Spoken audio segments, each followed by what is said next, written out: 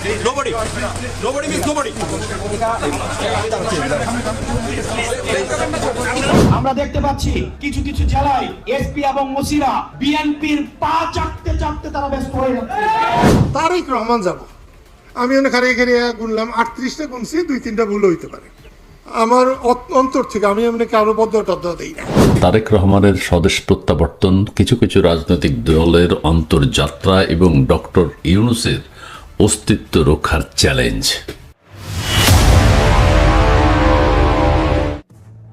Breaking news. প্রিয় দর্শক, এতক্ষণ দেখছিলেন সংবাদ শিরোনাম। ইতোমধ্যেই আপনারা জানেন তারেক রহমান দেশে ফিরেছেন।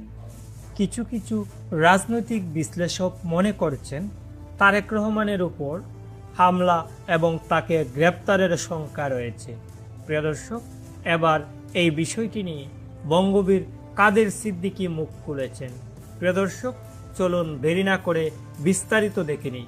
তার আগে দর্শক, এখনও যারা আমাদের এই চ্যানেলটি সাবস্ক্রাইব করে নাই, তারা আমাদের এই চ্যানেলটি সাবস্ক্রাইব করে বেল বাটনটি অন করে রাখুন। তো চলুন দর্শক, দেখে নেওয়া যাক মূল ভিডিও।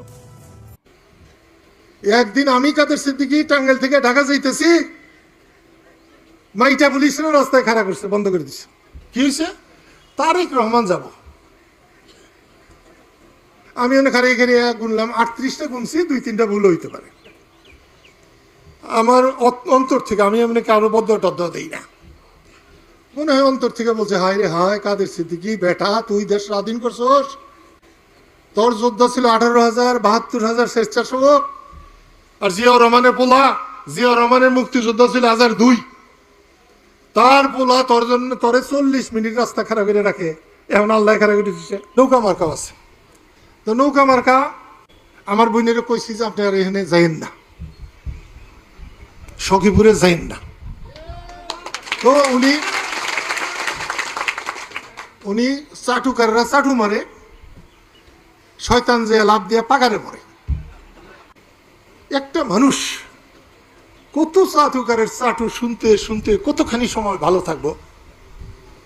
দেশের অবস্থাও ভালো না, চাইল ডাইলের দামও ভালো না, কাঁচামরিচের যে দাম, দাইরাপুরের কাঁচামরিচের দিকে তো টাকা নিয়ে যায় না। লাউ, কুমড়া, বেগুন, মানুষ যা কামাই করে তা দিয়ে মানুষের চলেন না।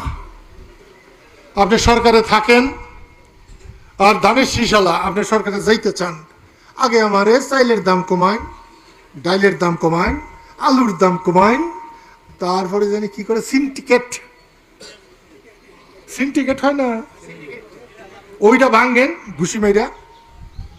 তারেক রহমান আপনি যে হাওয়া ভবন বানাইছিলেন, খাওয়া ভবন, ওটা ঠিক হইলে তাহলে ঠিক বলেন। বাংলাদেশের মানুষ একজনও আপনারে বুঝতেও যাব না। আর ভুল হইয়া থাকলে বলেন যে আমি ভুল করছি, মাফ চান, আল্লাহ মাফ করতে পারে। পাবলিকও যদি আপনারা মাফ করে, মাফ করবো। ফিরছেন তারেক, সম্পর্ক নিয়ে দিল্লি আশাবাদে। শিরোনামটা ধার করা বলতে পারেন। আজকে ভারতের প্রধান বাংলা দৈনিক আনন্দবাজার তাদের একটি সংবাদের শিরোনাম করেছে যে ফিরছেন তারেক, সম্পর্ক নিয়ে আশাবাদী দিল্লি। দিল্লির সম্পর্কের আশাবাদের প্রশ্ন কেন উঠছে? ইতিমধ্যে আলাপ আলোচনা কানা ঘোষা যাই বলুন না কেন, এবং মূলধারার গণমাধ্যমে এই আলাপটা আলোচনাটা সরব হয়েছে যে তারেক রহমান দীর্ঘদিন দেশে ফিরতে পারেননি, কিংবা আওয়ামী লীগ সরকার পতনের পরেও দেশে ফিরতে পারেননি শুধুমাত্র ভারতের সিগন্যালের অভাবে। এবং ভারত সিগন্যাল দিয়েছে তারেক রহমান দেশে ফিরছেন। এমনকি কেউ কেউ বলবার চেষ্টা করছেন যে আওয়ামী লীগেরও সিগন্যাল আছে যে তারেক রহমান দেশে ফিরুক। বিশেষ করে এই যে সাম্প্রতিক সময়, এটা গত ম্যাক্সিমাম 10 দিনের মধ্যে এই পরিস্থিতিটা পাল্টে গেছে। 10-15 দিনের মধ্যে যে সাম্প্রতিক সময়ে এই যে জঙ্গিদের আস্ফালন, জঙ্গিবাদের আস্ফালন, এই আস্ফালন থেকে বাঁচতে হলেও তারেক রহমানই এই মুহূর্তে ত্রাতা হিসেবে কেউ কেউ আখ্যা দিচ্ছেন। এখন দেখার বিষয় যে তিনি ত্রাতা হন কিনা। আনন্দবাজার তাদের আজকের স্টোরিতে বলছে, খালেদা জিয়ার পুত্র তথা বিএনপির ভারপ্রাপ্ত চেয়ারম্যান তারেক রহমান প্রবল রাজনৈতিক টালমাটালের মধ্যে বৃহস্পতিবার বাংলাদেশে পৌঁছাচ্ছেন। আমরা যে সময় এই ভিডিওটা প্রচার করছি সে সময় ততক্ষণে তারেক রহমান বাংলাদেশে পদার্পণ করেছেন, বাংলাদেশের মাটিতে অবতরণ করেছেন। বুধবার রাতে হিথ্রো বিমানবন্দর থেকে ঢাকাগামী বিমানে ওঠার আগে কূটনৈতিক শিবির ও বাংলাদেশের স্থানীয় রাজনৈতিক মহলের একাংশ মনে করছে ফেব্রুয়ারির ভোটের পর বিএনপির হাতেই ক্ষমতা যাওয়ার সম্ভাবনা সর্বাধিক। খুব স্বাভাবিক, সব পক্ষ যদি মনে করে যে বিএনপির হাতে ক্ষমতা দেবে তাহলে ক্ষমতা যাবে, কারণ আওয়ামী লীগকে অন্যায়ভাবে অবৈধ সরকার নির্বাচনে অংশগ্রহণ থেকে বিরত রেখেছে। দিল্লির দিক থেকেও কূটনৈতিক সূত্রে মনে করা হচ্ছে বিএনপি ক্ষমতায় এলে দুদেশের মধ্যে সম্পর্কের উন্নতি হতে পারে। বাংলাদেশে ইতিমধ্যে যে নির্বাচনী সমীক্ষাগুলো শুরু হয়েছে তাতে দেখা যাচ্ছে এগিয়ে রয়েছে তারেকের দলই। আমেরিকার একটি সংস্থা দ্য ইন্টারন্যাশনাল রিপাবলিকান ইনস্টিটিউটের ডিসেম্বরের সমীক্ষায় দেখা যাচ্ছে বিএনপি 30% বেশি সমর্থনে এগিয়ে রয়েছে। অন্যদিকে জামায়াতের পক্ষে সমর্থন 26%। মনে রাখা হচ্ছে এই সমীক্ষা তারেকের দেশে ফেরার আগের। তিনি ফিরলে বিএনপি দ্বিগুণ চাঙ্গা হয়ে প্রচার শুরু করবে বলেই মনে করা হচ্ছে। সে কথা মাথায় রেখে বৃহস্পতিবার তিনি বাংলাদেশে নামতে জুলাই এক্সপ্রেসওয়েতে তার সংবর্ধনার অনুষ্ঠান রেখেছে দল। সেখান থেকে তারেক যাবেন হাসপাতালে মা খালেদা জিয়াকে দেখতে, পরের দিন বাবা জিয়াউর রহমানের সমাধিতে শ্রদ্ধা জানাতেও যাবেন। সূত্র মতে দ্বিপাক্ষিক স্বার্থ রক্ষার খাতিরে বিএনপি নেতৃত্বের সঙ্গে দিল্লির মত বিনিময় হয়েছে। বিষয়টি ভারত বাংলাদেশের মধ্যে চলতি অগ্নিগর্ভ সম্পর্কের পরিপ্রেক্ষিতে যথেষ্ট তাৎপর্যপূর্ণ। তারেক অক্টোবরের গোড়ায় দেশে ফেরার কথা ঘোষণা করার পরে ধৈর্যের সঙ্গে অপেক্ষা করেছেন। এই ঘোষণায় ঠিক 9 সপ্তাহ পরে তারেক জানান তার দেশে ফেরা স্থগিত ছিল বেশ কিছু রাজনৈতিক বাস্তবতার কারণে। তিনি ফেসবুকে লেখেন, স্পর্শকাতর বিষয়াবলী নিয়ে কতটুকু বাইরে বলা যায় তার একটা সীমা রয়েছে। ডিসেম্বরের গোড়াতেই সংবাদ মাধ্যমের এক অংশে প্রকাশিত হতে শুরু করে যে ভারত বিএনপি মত বিনিময় হয়েছে, যদিও কোনো পক্ষ এই নিয়ে প্রকাশ্যে মুখ খোলেনি। কূটনৈতিক সূত্রের মতে 2018 সালে খালেদা জিয়া জেলে যাবার পর থেকেই লন্ডন ছিল কার্যত বিএনপির সদর দপ্তর। ভারতীয় কূটনীতিকরা সেখানে সম্প্রতি ঘন ঘন যাতায়াত করেছে বলে খবর। বিএনপি কর্তাদের সাথে ভারতীয় কূটনীতিকদের কথা চলেছে ঢাকাতেও। তারেক রহমান অবশেষে দেশে আসছেন দিল্লির ইশারায় বা যে কোনো ভাবে, যেভাবেই হোক আসুক না কেন। আজকে তারেক রহমান যদি সেই 2001-06 আমলের রাজনীতি করে, তারেক রহমান আস্থা করে যেতে সময় লাগবে না। ভারতকে নিয়ে ঘৃণা তৈরি যদি করে তাহলে আস্থা করে যেতে সময় লাগবে না।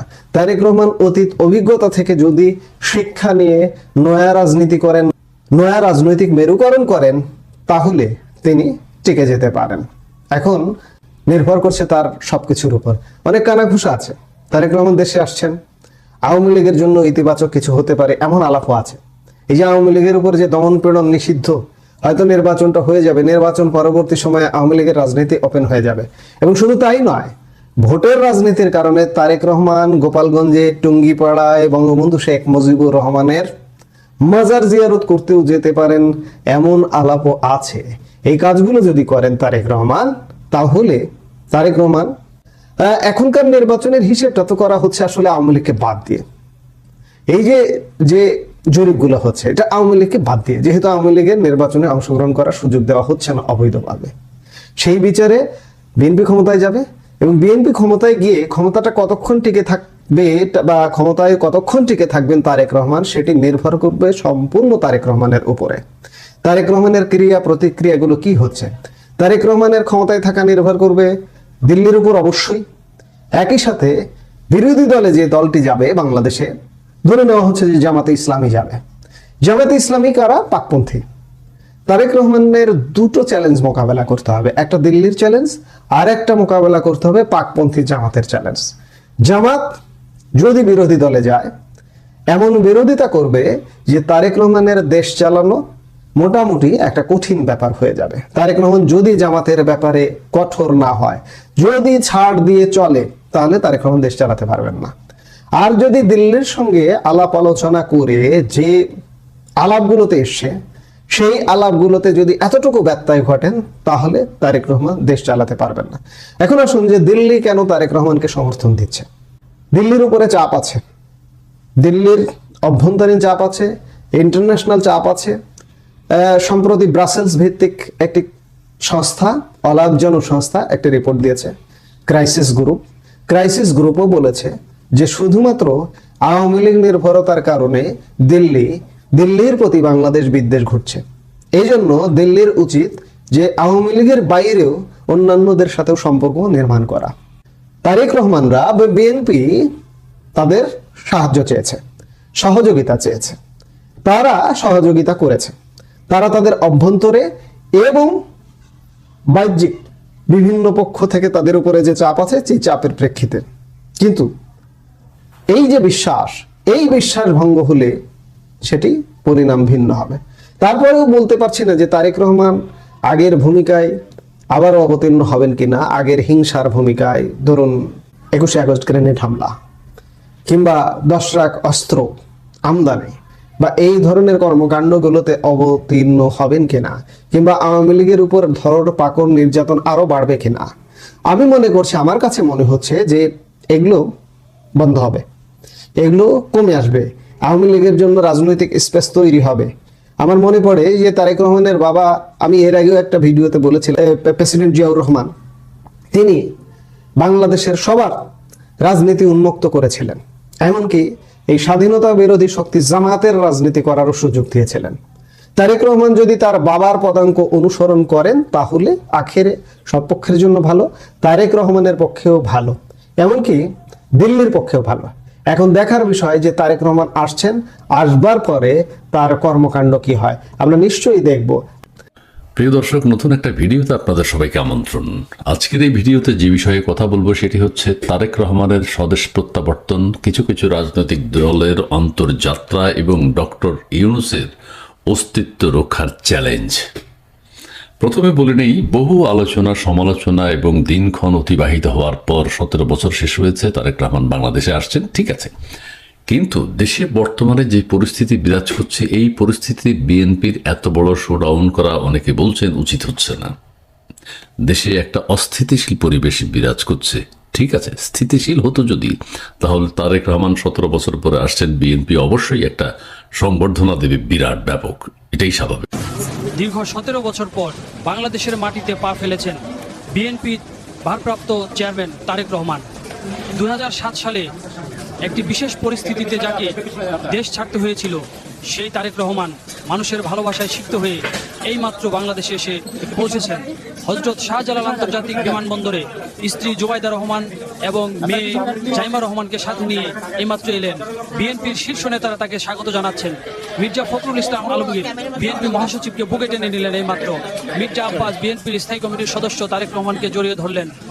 সালাউদ্দিন আহমেদ আরেক স্থায়ী কমিটির আরেকজন সদস্য তারেক রহমানকে স্বাগত জানাচ্ছেন।